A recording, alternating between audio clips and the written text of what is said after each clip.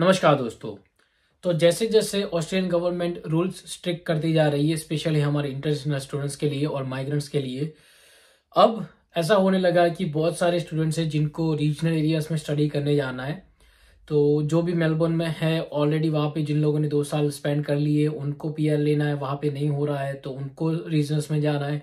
जो हमारी कंट्रीज से इंडिया, बांग्लादेश, पाकिस्तान, नेपाल से जो डायरेक्टली यहाँ पे आते हैं उनको भी अब नॉलेज होने लगा है लोगों के वीडियोस देख के, और उनके फ्रेंड्स कहीं ना कहीं से कनेक्शन होता है, उनको उनको पता लगने लगा है कि रीजनल एरियाज में पीआर लेना ईजी है।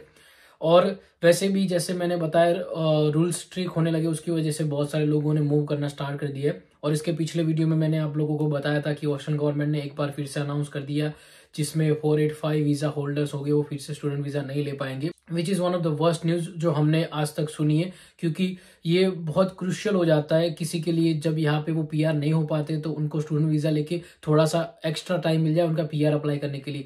क्योंकि आप सीधा सा समझ लो कि आप यहाँ पे आते हो जब 4 साल के लिए, 2 साल की आपकी स्टडी होती है, उस टाइम पे आप इतना कुछ नहीं कर पाते हो। स्पेशली आपको कोई जॉब नहीं देगा क्योंकि आपके पास इनफ वर्क राइट नहीं होगी। आपको सिर्फ 24 आवर्स पर वीक के हिसाब से कौन जॉब देगा। फिर आपको अगर फुल टाइम जॉब करनी है तो आपको टीआर लेना पड़ेगा, टेम्पररी ग्रेजुएट वीजा, जिसमें आपको फुल टाइम वर्क राइट मिलता है। तो वो फुल टाइम वर्क राइट आपको सिर्फ 2 साल का मिलेगा अगर आपने सिटीज में स्टडी की है तो। अगर रीजनल में की है तो 1 साल का शायद एक्स्ट्रा मिल जाएगा। पर ये जो 2 साल आपको मिलते हैं टीआर के फुल टाइम वर्क राइट्स वाले, वो इनफ नहीं होते सब लोगों के लिए, क्योंकि सब लोगों को स्टूडेंट खत्म होने के बाद तुरंत अच्छी जॉब मिल जाना वो ऐसा पॉसिबल नहीं है। क्योंकि इतने सारे हमारे लोग आते हैं, यहाँ के गोरे लोग होते हैं, जो बाहर की दूसरी कंट्री वाले लोग होते हैं, वो भी कंपटीशन में होते। तो finding good job, skill job in your skill occupation is not an easy task. तो ये सबसे मुश्किल टास्क है आपको अपनी फील्ड में जो जॉब ढूंढनी है वो। और उसके अलावा आपका पीआर जल्दी होने का बहुत चांसेस कम है, स्पेशली सिटीज में। अब अगर आप रीजनल एरियाज में जाते हो तो वहां पे थोड़े बहुत ऐसे प्रोग्राम्स है जिसके अंडर आपको कोई ना कोई करके 491 वीजा तो एटलीस्ट मिल ही जाएगा, जिससे आपको ये तो टेंशन नहीं रहेगा कि आपको अपनी कंट्री में वापस जाना है। और 491 वीजा मतलब इतना मुश्किल वाला नहीं है, सिर्फ आपको रीजनल एरिया में रहना है 3 साल। बट ये आपको एक सिक्योरिटी दे देता है पीआर की, और आपको मेडिकेयर कार्ड भी मिल जाता है, और आपको फ्यूचर में भी कुछ ऐसा एग्जाम फिर से नहीं देनी पड़ती। तो वो सब सिक्योर हो जाता है एक बार 491 आने के बाद। तो एटलीस्ट आपको 491 मिल जाएगा कोई ना कोई रीजनल एरिया में। तो इसके लिए बहुत सारे लोग रीजनल एरिया कंसिडर करने लगे। उसमें से एक हॉट फेवरेट रीजनल एरिया है तास्मानिया। हम लोग यहाँ पे जून 2021 में आए थे और यहाँ से हम वापस जा रहे हैं जून 2024 में। तो हमारे एग्जैक्ट 3 साल हो रहे हैं यहाँ पे होबार्ट में रहते हुए, तास्मानिया में रहते हुए। अगर कोई यहाँ पे तास्मानिया आना चाहता है तो वो उनको कंसिडर करना चाहिए कि नहीं चाहिए, वो आपको ये वीडियो देखोगे तो पता चल जाएगा। बहुत सारे स्टूडेंट्स डायरेक्ट हमारी कंट्री से यहाँ पे तास्मानिया में स्टडी करने के लिए आए, यूनिवर्सिटी ऑफ तास्मानिया में। और बहुत सारे ऐसे लोग हैं जो सिडनी, मेलबर्न, ब्रिस्बेन से यहाँ पे पीआर लेने के लिए मूव हुए हैं। तो बहुत सारे स्टूडेंट्स अभी रिसेंटली आए, हम लोगों ने देखे, और मोस्ट प्रोबेबली मुझे लगता है कि इन लोगों में से सबको पीआर जल्दी मिल ही जाएगा यहाँ पे तास्मानिया में। क्योंकि तास्मानिया एक अच्छी स्टेट है पीआर देने के लिए। क्योंकि हम लोगों ने 3 साल में बहुत सारे लोगों को देखा है जो लोग बहुत ऐसी कंडीशन से निकले हैं जिनको पीआर मिल गया है। 1-2 बार रिजेक्शन आया बट तीसरी बार में उनको एटलीस्ट मिल गया है। 491 वीजा तो मिनिमम मिल ही जाता है सबको। तो पीआर लेना तास्मानिया में आई थिंक इजी है, आपको थोड़ा टाइम स्पेंड करने के बाद तो मिल ही जाएगा। अगर तुरंत नहीं मिलता है तो कई लोग होते हैं जिनको जल्दी मिल जाता है, लकी अच्छे होते हैं, उनको जॉब मिल जाती है, तो उनका पीआर तो जल्दी हो ही जाएगा 6-7 महीने, 1 साल में। बट जैसे कि मैंने बताया, किसी को जॉब नहीं मिल पाती और किसी का लक इतना नहीं चलता है, तो उनको 2-3 साल में एटलीस्ट कुछ ना कुछ तो हो ही जाएगा। तो Tasmania is a good option to get a PR. अभी इंटरनल ट्रांसफर थोड़ा कम हो रहा है बट इतना भी कम नहीं है, स्टूडेंट्स तो आ ही रहे। बट जब हम 3 साल पहले जब आए थे 2021 में, तब तो बहुत जैसे इतने सारे लोग यहाँ पे एक साथ आने लगे थे, घर भी नहीं मिलते थे आपको। तो यहाँ पे अगर आपको शेयरिंग में भी घर चाहिए तो भी ढूंढना मुश्किल था।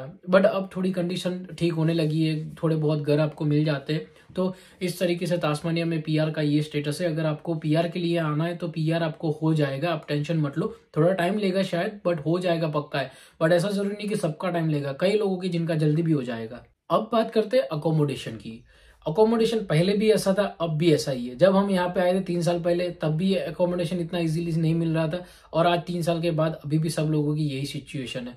बट अब थोड़ा सा बेटर हुआ है कि हमारे लोग ज्यादा है तो आपको शेयरिंग में कहीं ना कहीं मिलने के चांसेस हो जाते हैं।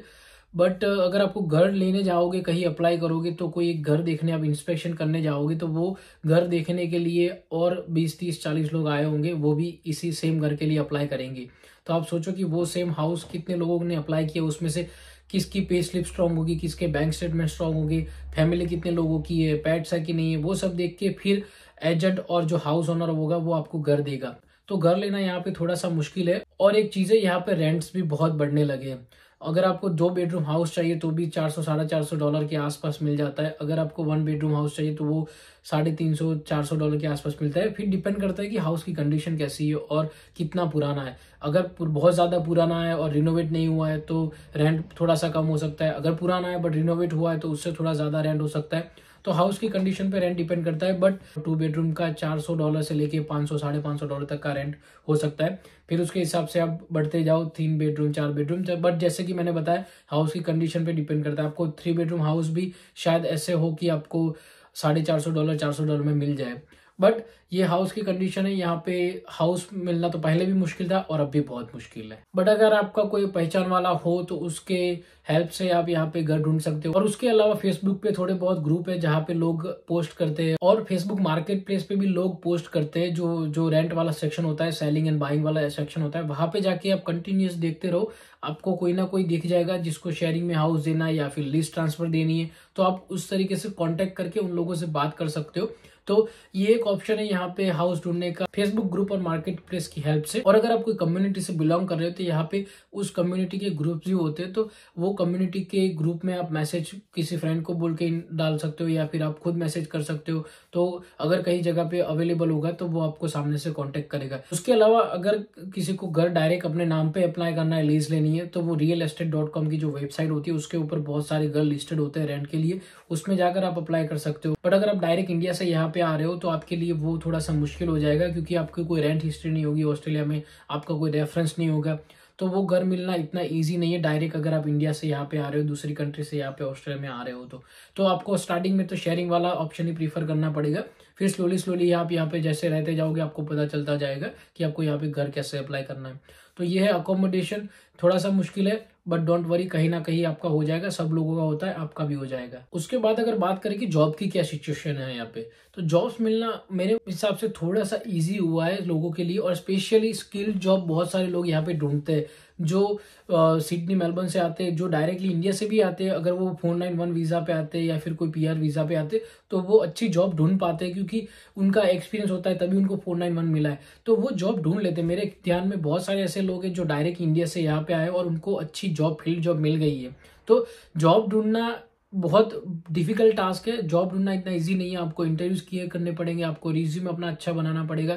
बट फिर भी अगर आपको स्किल जॉब चाहिए, आपके पास एक्सपीरियंस है, तो आपको मिल जाएगी। बट जैसे कि बहुत सारे लोग स्टूडेंट वीजा पे आते हैं यहाँ पे, और उन लोगों को तो स्किल जॉब मिलना बहुत मुश्किल है, क्योंकि उनके पास फुल टाइम वर्क राइट नहीं होता है। तो क्या कर सकते हैं, क्योंकि उनको तो फिर अनस्किल जॉब ही करनी पड़ेगी। जैसे क्लीनिंग की जॉब्स होती है, वेयर हाउस में जॉब होती है, या फिर कोई छोटी मोटी कहीं पे भी जॉब मिल जाए वो वाली जॉब आपको करनी पड़ेगी। तो वो वाली जॉब भी ऑप्शंस अब बढ़ने लगे, क्योंकि हमारे बहुत ज्यादा लोग यहाँ पे हैं।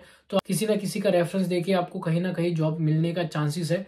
कभी किसी को थोड़ा कम टाइम लगता है, किसी को थोड़ा ज्यादा टाइम लगता है, बट जॉब कहीं ना कहीं सेटिंग हो जाता है। उसके अलावा आप ऑनलाइन अप्लाई करते रहोगे रिज्यूम बना के, जो जॉब है उसके डिस्क्रिप्शन के हिसाब से, तो भी आपको जॉब मिलना ईजी हो जाता है। बट ये है कि यहाँ पे जो बड़ी सिटीज है उनके मुकाबले जो वेयर हाउस होते हैं और जो पैकिंग की जॉब्स होती है वो थोड़ी कम है।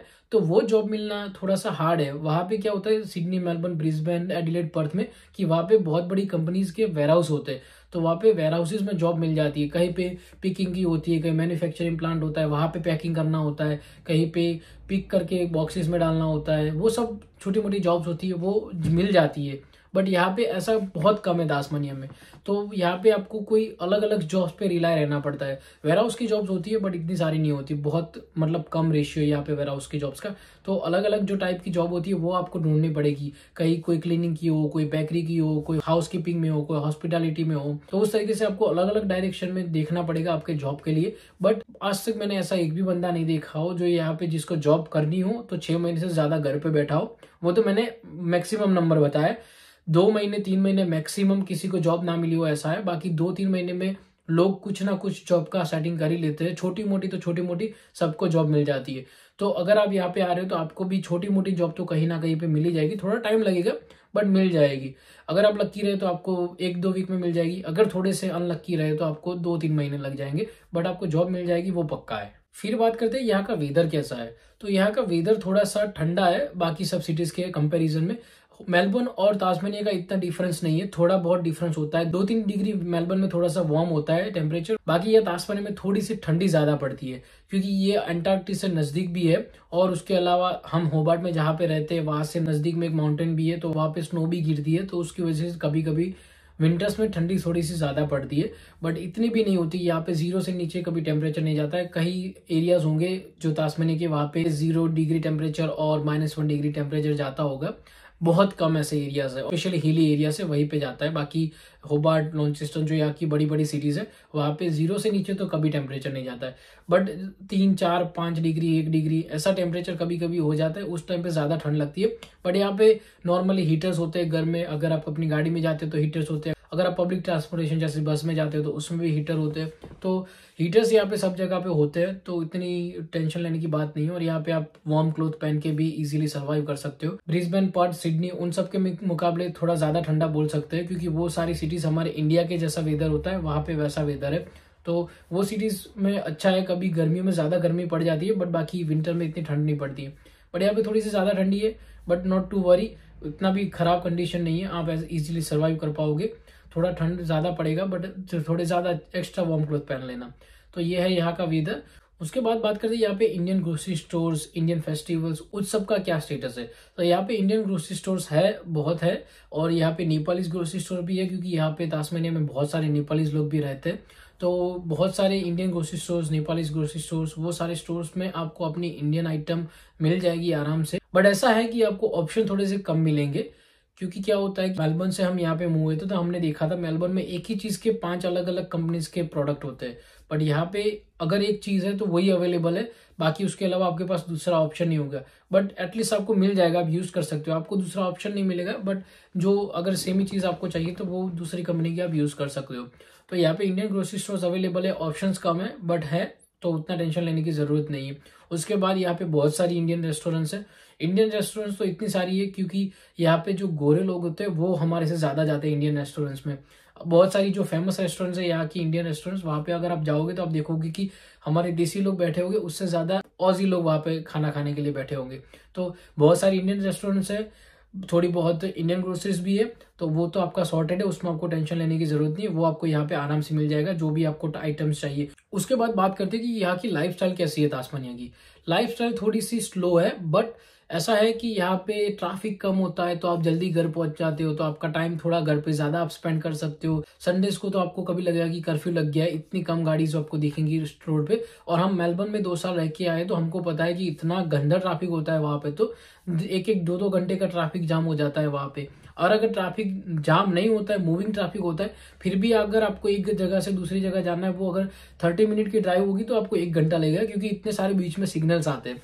तो ट्रैफिक की कंडीशन यहाँ पे बहुत अच्छी है। लाइफ थोड़ी सी स्लो है, बट अगर किसी को स्लो लाइफ पसंद है, हेक्टिक लाइफ पसंद नहीं है, तो वो यहाँ पे इजीली सर्वाइव कर सकते हो। और हमारे जैसे लोगों के लिए तो कुछ स्लो हेक्टिक नहीं होता है क्योंकि कई स्टूडेंट्स होते हैं जो 2-2, 3-3 जॉब करते हैं, कई फुल टाइमर भी होते हैं वो भी 2-3 जॉब्स करते हैं।